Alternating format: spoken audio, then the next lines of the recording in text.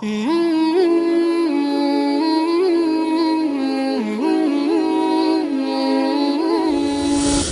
اللہ الرحمن الرحیم۔ عید کی رات اور اس کے بارے میں کی جانے والی کمی اور کوتاہیاں۔ عید کی رات کو آسمانوں میں شریعت کی زبان میں اس کو لیلۃ الجائزہ کہا جاتا ہے، یعنی بدلے کی رات۔ نبی اکرم صلی اللہ علیہ وسلم نے ارشاد فرمایا کہ اللہ تعالیٰ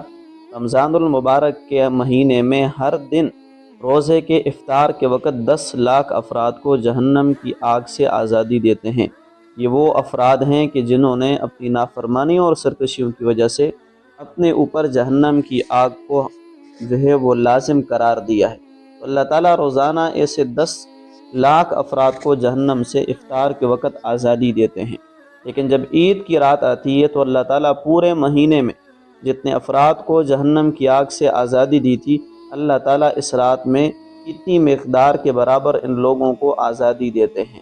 اور دوسرا، یہ رات ایسی ہے جو لیلۃ الجائزہ ہے، یعنی بدلے کی رات ہے۔ اللہ تعالیٰ پورے مہینے جو انسان نے محنت کی، اللہ کے حکم کو پورا کیا، اللہ تعالیٰ اس رات میں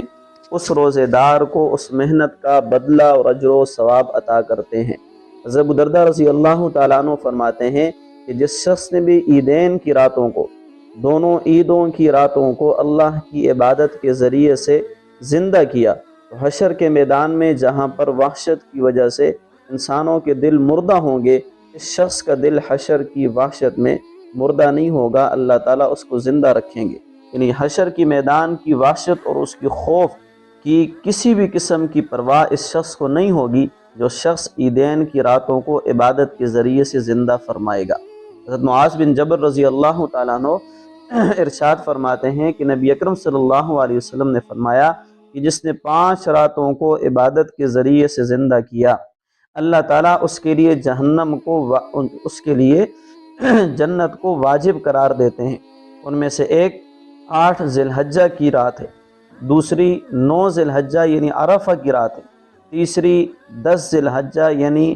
عید کی رات، عید الاضحیٰ کی رات ہے، اور چوتھی لیلۃ الفطر یعنی چھوٹی عید کی رات ہے، اور 5ویں جو ہے وہ لیلۃ النصف من شعبان یعنی 15 شعبان المعظم کی رات۔ یہ 5 راتیں ایسی ہیں جس میں انسان نے عبادت کا اہتمام کیا، اللہ تعالیٰ اس عبادت کی برکت سے ان کے لیے جنت کو واجب قرار دیتے ہیں۔ حضرت عبداللہ بن عمر رضی اللہ تعالیٰ عنہ سے روایت ہے، وہ فرماتے ہیں کہ 5 راتیں ایسی ہیں کہ جس میں مانگی ہوئی دعاؤں کو اللہ رد نہیں کرتے۔ لیلۃ الجمعہ جمعہ کی رات، رجب کی پہلی رات، شعبان المعظم کی 15ویں تاریخ کی رات، اور چھوٹی اور بڑی عید کی رات۔ یہ ایسی راتیں ہیں کہ ان میں مانگی جانے والی دعاؤں کو اللہ رد نہیں فرماتے۔ اب انسان اگر اس عید کی رات کے بارے میں دیکھے تو یہ لیلۃ الجائزہ ہے، بدلے کی رات ہے۔ یہ ایسی رات ہے کہ اس میں دعائیں رد نہیں ہوتی۔ یہ ایسی رات ہے کہ جس میں اللہ تعالیٰ اگر روزانہ کے اعتبار سے رمضان میں 10 لاکھ افراد کو آزاد کرتے تھے، تو 30 دنوں کے ساتھ 10 لاکھ افراد کو اگر ضرب دیا جائے تو اس کی مقدار کے برابر اللہ تعالیٰ جہنمیوں کو جہنم کی آگ سے جو ہے وہ آزادی اور خلاصی عطا کرتے ہیں۔ اور یہ ایسی رات ہے کہ اس میں عبادت کرنے والا جو شخص ہے اس کو اللہ تعالیٰ اس پر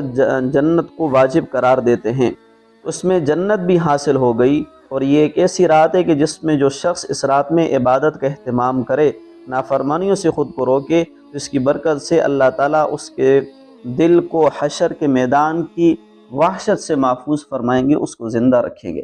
اب یہاں اگر ہم اپنا معاملہ دیکھیں تو جہاں یہ بدلے کی رات ہے، دعاؤں کی قبولیت کی رات ہے، جنت کے واجب ہونے کی رات ہے، دل کے حشر کے میدان میں زندگی کا ذریعہ اور سبب بنتی ہے اس رات کی عبادت، لیکن عید کا چاند نظر آتے ہی شریعت نے ہمیں کس چیز کی تعلیم دی اور ہمارا عمل اس کے خلاف ہے کہ چاند جو ہی نظر آیا فوراً وہ روزے دار جو پورا مہینہ اپنے آپ کو پابند کرتا تھا، اس چاند کے نظر آنے کے ساتھ ہی وہ اپنے آپ کو آزاد سمجھتے ہوئے بازاروں کی طرف نکلنا شروع کر دیتا ہے۔ اس ساری رات کو جاگ کر بیکریوں کے سامنے، اپنے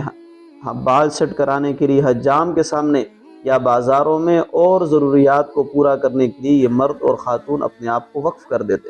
اور اس رات کے چاند کے نظر آنے کے ساتھ ہی اللہ کی نافرمانیوں کا ایک طوفان شروع ہو جاتا ہے۔ ہر طرف گانے کی آواز، ہر طرف مزامیر کی آواز، ہر طرف ایسی چیز اور ایسے کام کہ جن سے اللہ سخت ناراض ہوتے ہیں، اللہ کا قہر اور اللہ کا عذاب ان صورتوں میں نازل ہوتا ہے۔ پھر وہ اعتکاف والا جو 10 دن اپنے آپ کو مسجد میں پابند رکھتا ہے،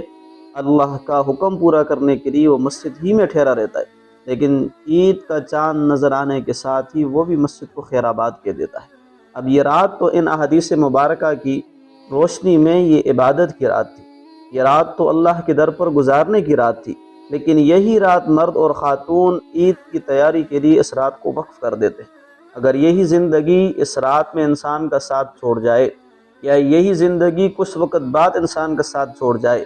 تو یہ نافرمانیاں جو اس مبارک رات میں کی گئی، جس کو اللہ نے اتنا پروٹوکول اور مقام اور مرتبہ دیا، تو یہ شخص اپنے اللہ کے سامنے کس چیز کو لے کر جائے گا؟ حشر کے میدان میں انسان کے ساتھ کوئی نسبتیں نہیں رہیں گی، نہ مال ہوگا، نہ اولاد ہوگی، نہ عہدہ ہوگا، نہ شہرت ہوگی، نہ اس کی اپنی آہ و جاہ ہوگی۔ وہاں جو کام آئیں گے وہ یہ اعمال آئیں گے، لیکن اس اعمال کے بارے میں اس شخص نے دنیاوی فضول قسم کی لذت حاصل کرنے کے لیے، نفس اور شیطان کو خوش کرنے کے لیے جو اللہ کا حکم توڑا، اس کا بوجھ یہ اپنے کندھوں پر اٹھا کر دنیا میں بھی رہے گا۔ اس کی لعنت اور نوست اس کے چہرے پر، اس کے دنیا کی کاموں اور دنیا کی زندگی پر پڑتی رہے گی، اور حشر کے میدان میں بھی انسان کے دامن میں سوائے افسوس اور شرمندگی کے کچھ بھی نہیں ہوگا۔ لہٰذا یہ رات بہت زیادہ احتیاط کی ہے کہ اللہ نے جہاں اس کو اتنا مقام اور مرتبہ دیا، مغفرت کا اعلان کیا جا رہا، بخشش کا اعلان کیا جا رہا، وہاں پر اگر یہ شخص بازاروں میں گھومے تو جہاں اللہ کی رحمت متوجہ اور یہ شخص اللہ کے عذاب کو دعوت دے رہا،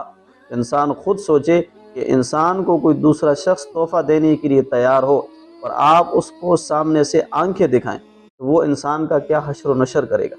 پھر انسان کی زندگی کی تباہی اور بربادی میں کسی بھی قسم کا کوئی شک اور شبہ نہیں رہتا۔ اس نے تباہی کو اپنے ہاتھوں سے خود کمایا ہے، لہٰذا یہ رات بہت زیادہ احتیاط کی ہے۔ بازاروں کی ضرورت ہو، بال کٹانے ہوں، جو بھی ہو، وہ انسان اس رات سے پہلے کسی اور وقت میں سارے کام کر لے۔ اس رات کو اللہ کی عبادت میں جاگ کر گزارا جائے، اور اگر انسان ساری رات نہیں جاگ سکتا تو عشاء اور فجر کی نماز کو جماعت کے ساتھ ادا کیا جائے۔ عشاء کی نماز سے فارغ ہونے کے بعد انسان بیٹھے اور 4 کام کرے، نوافل پڑھے جتنی بھی ہمت ہے، تلاوت کرے جتنی بھی کر سکتا ہے،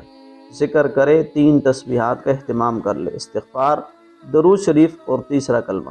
اور چوتھا دعا مانگے۔ اس پر انسان گھنٹہ صرف کر سکتا ہے، 1.5 گھنٹہ لگا سکتا ہے، 2 گھنٹے، جتنے بھی انسان کا بدن مانگتا اتنا وقت گزارے۔ اس کے بعد باوضو سنت طریقے کے مطابق سورۃ الملک کی تلاوت کر کے تسبیحات فاطمہ پڑھ کر اپنی موت کو سامنے رکھ کر سنت طریقے پر یہ شخص باوضو سو جائے،